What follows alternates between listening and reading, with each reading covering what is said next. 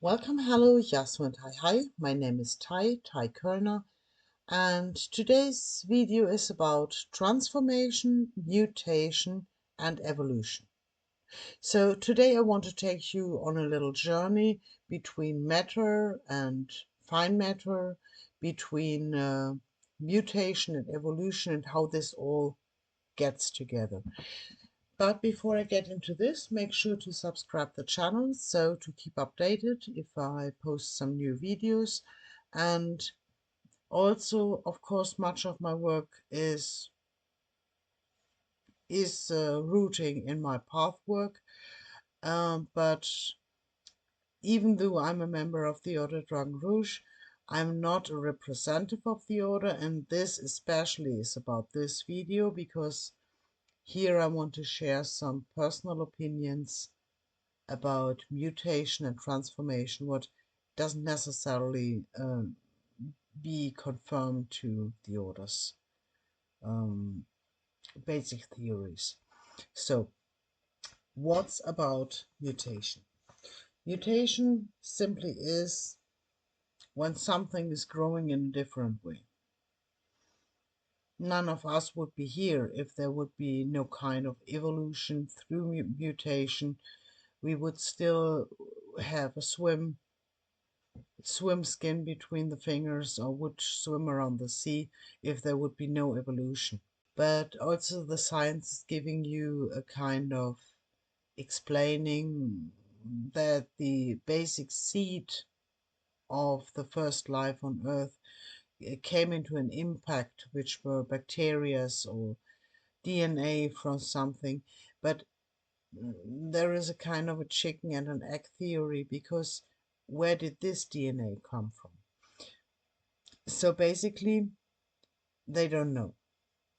There are many theories about foreign entities, beings, other space beings, other planets beings, which were seeding life onto Earth.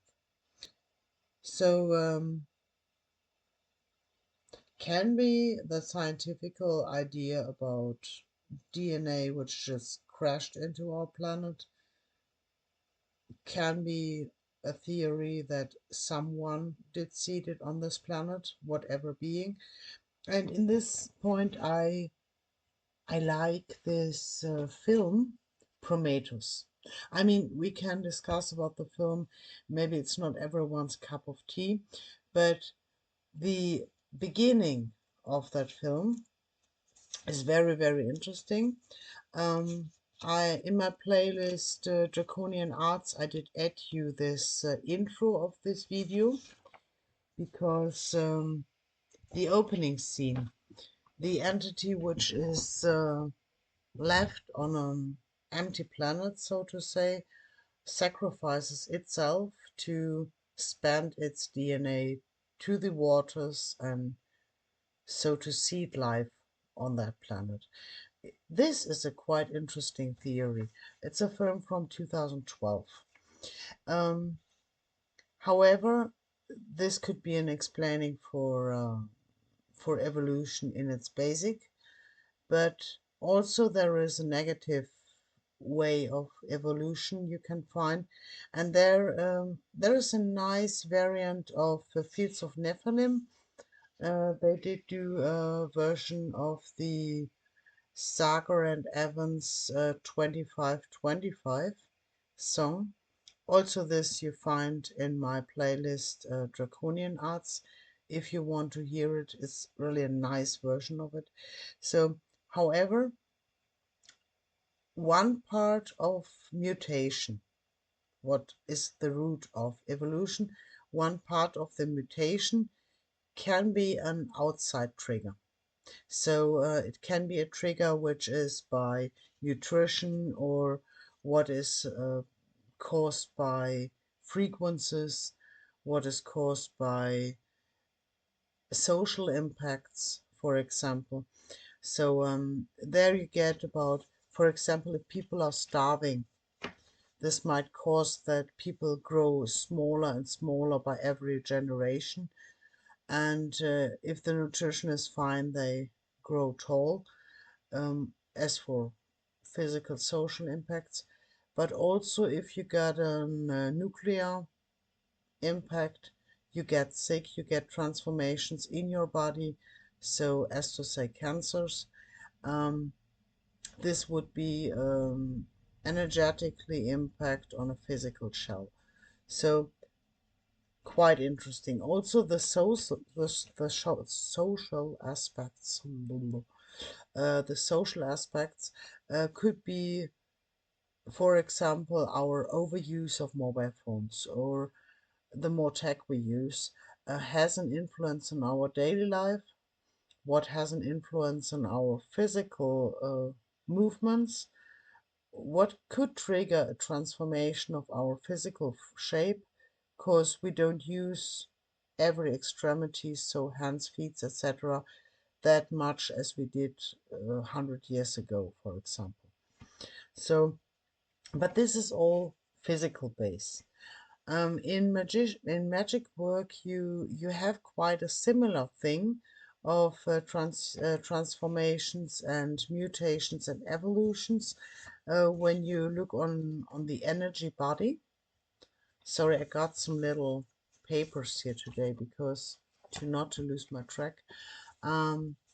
Yeah, however, when you work on an energy level, for example, and you're digging for the Clifford tree, let's say Lilith Clifford, um, or the more deeper you get into, or if you use other magical systems which are connected to astral work, to outer plane work, to three spheres work, or into other dimensions. It's most of the paths are just based on exchanging of knowledge, growing, personal developments and transformations, and also evolution. So you get into contact with other beings.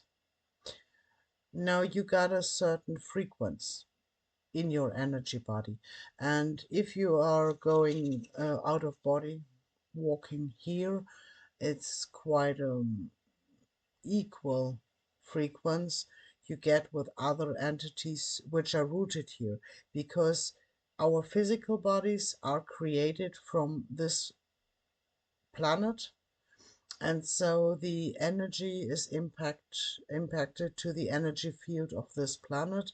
We are here in a same energy field. If we go further to other planes, they are slightly differing. So it's mostly, if you compare it to a language, here it is one language, and if you go out for the next level outside our universe, you get a dialect, let's say.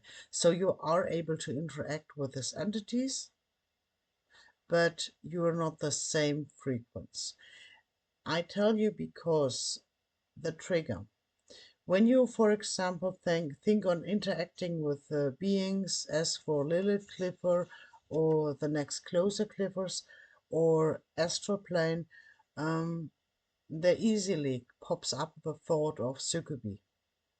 And that's absolutely true, but even more beings you can meet there. And if you get into contact with these entities, the same happens as on this planet. If you get close to an entity, the energy fields get into contact too. And as these energy fields are basically our essence, you carry all your memories, your unconscious memories, etc. You carry within your energy body. So if you're merging with an entity somewhere else, you can exchange knowledge. So it takes a little energy of you. That's why they are called vampiristic. But on the same time, you grab energy from them. So you get information on a non-verbal level through this exchange. And same can happen about in human life here on Earth. If you get into contact with people and you can literally connect to somebody. So you can support a friend by your energy field. You can heal with your energy field. You could spell with an energy field. This is basically impacting another body's energy. And if you get a feedback, then it is impacting, or this one is impacting you. So it's basically the same, just because of the exchange of energy, this is a trigger. So it makes you grow and it makes the other one grow because you are learning and the other one is learning. So that is a mutation on an energy level, or better known as a transformation. And there are even far more out beings which are not just on our level or on astral level or outer spheres, but rather in other dimensions. And that again is like this nuclear reaction, because they are not just same like we are not just they are not like a little differing to us. They are that far out. The frequency can be totally different. It can be that different like sticking your finger into nuclear materials. So your own physical body, the frequency would be disturbed. Your energy body frequency would be disturbed if you just push in like a stupid child. So that's what magical practice is good for, and why you shouldn't just push into like a cheeky kid. Um, there is a kind of working demanded to get into dimensions which are really differing from your own energy. And you got two ways to mutate, two ways to transform, to be able to get into contact without destroying yourself. One way is to get yourself into a transformation, what in the end means that probably your body will get harmed, but after your life you will get into that dimension without any modification needed because you already started on this. This can be dangerous to be done. The other thing is, if you are learning to speak the energy like a language, you are able to mimic the melody, because energy is just a frequency, and a frequency you can sing, a frequency you can pulsate from your own body. You can create a frequency like which is surrounding you like an egg. However, you can create these frequencies, and if you learn to mimic the frequency, you can make sure to build a stable core as for a high compressed form of yourself, and then you cover it by this mimic of frequency, and so you can get into contact with energies far more close because you are speaking their language, so reflecting their energy. It's a deeper concept, and I cannot explain it to you yet because I'm still working on. But this is a way how you can cross thresholds into dimensions which are really totally different to us. Both techniques will transform you. Both techniques might change sensations you didn't know before, and you have to be careful to integrate it into your daily life. Otherwise, you might get sick on this.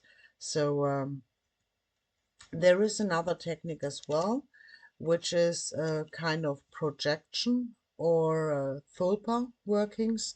So basically, you take a part of your energy body and you project it instead of traveling with your own energy field or with your entire astral body. You just take a part of it and you create a doppelganger, so a twin of yourself in an energy form, and this twin is traveling for you. And this twin can go into exchange. This twin can go into mergings. And so there is a part of this twin what is taken by this entity to be read. And on the other side, this twin will take some energy of that entity it is in contact with. And so when it comes back to yourself, remerging with your body, you get the information your twin did gather for you, but without walking out with your entire essence or being, so to say. That's another way. So what everything unites is the fact that an entity, or we, or matter itself, is a dense form of energy that is building material structures, which is this planet, or we, or a plant, or whatever. And this energy body, highly dense as a shell, can be triggered by outer impacts, so it mutates. And same is about your energy body. It will be triggered by outer impacts or by your own journeys, so your chosen impacts, and both will lead to a transformation. While not always the physical shell will survive the energy transformation, or the energy transformation could on the other side heal the physical transformation. This is not depending on each other. It can be destructive too. So that's the warning when you read about work carefully with a clifford, or when I say take a distance if you have a strong entity facing, because you got really big keys for self-transformation. You got big keys for self-healing, for dissolving karma, for creations, or for creations in your material life as well. But on the other side, if one does it unconsciously, it can also destroy everything, from health to life to mundane and daily life structures. So it is important to take carefully steps in mutation, but it would be an evolution to think there's no evolution at all. Because if I do it myself to get into contact with energy fields, or if I just run through my daily life and I am impacted by energies, it does not prevent that I'm growing. And this is a point I see lately in the last years. There are more and more people who start to sense, who start to hear, who start to percept things they didn't percept with the physical senses. And this is already an energy body evolution, what is started, what more and more comes into being. And I'm curious about how this all will unfold, but it is indeed an evolution, a mutation, a transformation, like every meta creation too. So, this for the journey today. We see tomorrow, and thank you for listening.